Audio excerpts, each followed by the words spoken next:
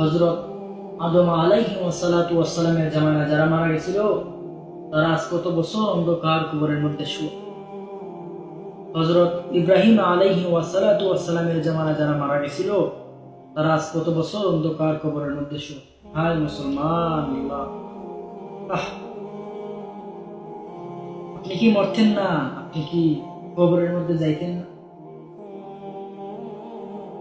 হযরত আদম আলাইহিস সালাতু ওয়াস সালামের জামানায় যারা মারা গেছিল তারাও তো দুনিয়ার মধ্যে ছিল, তারাও তো ঘর বাড়ি ছিল, তারাও রাস্তার মধ্যে হাঁটতো, চলতো, ঘোরাফেরা করতো। তারা আজকে কই?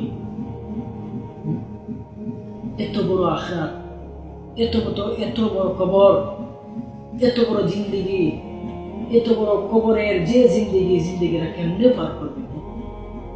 আপনি যদি নেক আমল যদি না করেন, আপনি যদি আপনার ঈমানকে পরিপূর্ণ, আপনার ঈমানকে যদি কাঠি না করেন, আল্লাহ সাল্লাল্লাহু আলাইহি ওয়াসাল্লাম বলেন, আখলিস দীনাকা ইয়াকফিকা আমালুল কলিল।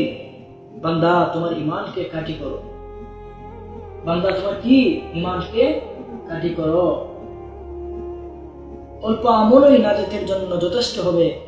বান্দা, তুমি যদি তোমার ঈমানকে কাঠি করতে পারো। হায় মুসলমান, আল্লাহর গোলাম, আপনি কি কোনোদিন কবর দেখেন নাই? আপনি কি কোনোদিন গুরুস্থান দেখেন নাই? আপনি কি কোনোদিন কবর দেখেন নাই?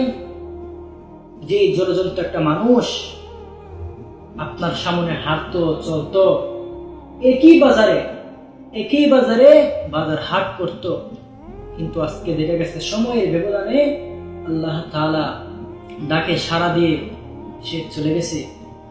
সে যেমন দুনিয়ার মধ্যে হাঁটতো, যেমন চলতো, আজকে সে লড়ে না, সে আর উঠে না, সে আর জমিনের মধ্যে হাঁটে। কেন?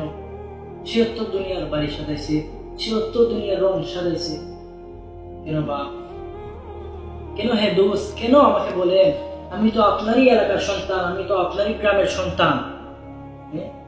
আমাদেরকে বুঝতে হবে, আমাদেরকে এই কথাগুলো বুঝতে হবে। কেন আজকে কতদিন হয়ে যায় আমরা ফজরের নামাজ পড়ি না? আমরা কেন নামাজ পড়ি না? আল্লাহ তাআলা তো আমাদের জন্য নামাজ ফরজ করেছেন। আল্লাহ তাআলা পবিত্র কুরআনুল কারীমের মধ্যে প্রায় ৮২ বার ওদিকে বলেছেন, ওয়া আকিমুস সালাহ। বান্দা, তুমি নিজে নামাজ কায়েম করো এবং তোমার পরিজন পরিবারের উপর তুমি নামাজের তাগিদ দাও। কেন আজকে আমরা মুসলমান এমন এক গুমরাহির পথে চলে গেলাম? আজকে আমরা মুসলমান এমন এক অবস্থা, এমন এক দুর্দশা আমাদের মধ্যে এলো, আমরা কেন এমন হয়ে গেলাম? আমরা কি মরবো না বাপ? হে মুসলমান, আপনি কি মরবেন না? আপনি কি কবরে যাবেন না?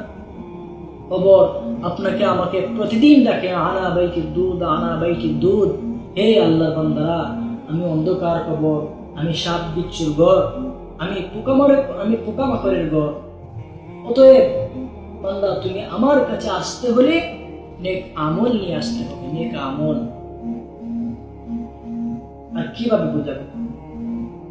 হযরত উসমান গনি রাদিয়াল্লাহু তাআলা আনহু যখন উঁচু কবর দেখতেন, তিনি দুই চোখের পানি জোড়ায় জোড়ায় জমিনের মধ্যে।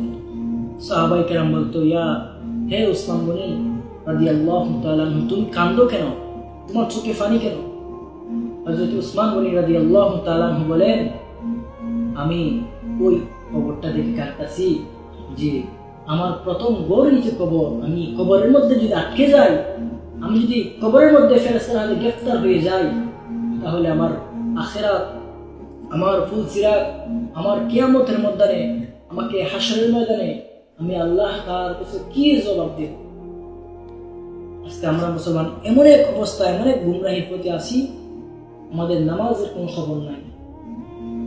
আল্লাহ তাআলা আমাদেরকে এবং নবীর সুন্নাত মোতাবেক এবং ৫ ওয়াক্ত নামাজ যেন সঠিকভাবে আদায় করতে পারি, এবং রাসূল সাল্লাল্লাহু আলাইহি ওয়াসাল্লাম যা করতে বলেছেন এইগুলোর উপরে আল্লাহ তাআলা যেন আমাদেরকে অটল রাখেন। যে কথাগুলো বললাম, আল্লাহ তাআলা যেন সকলকে মেনে চলার তৌফিক দান করেন। সকলে বলে আমিন।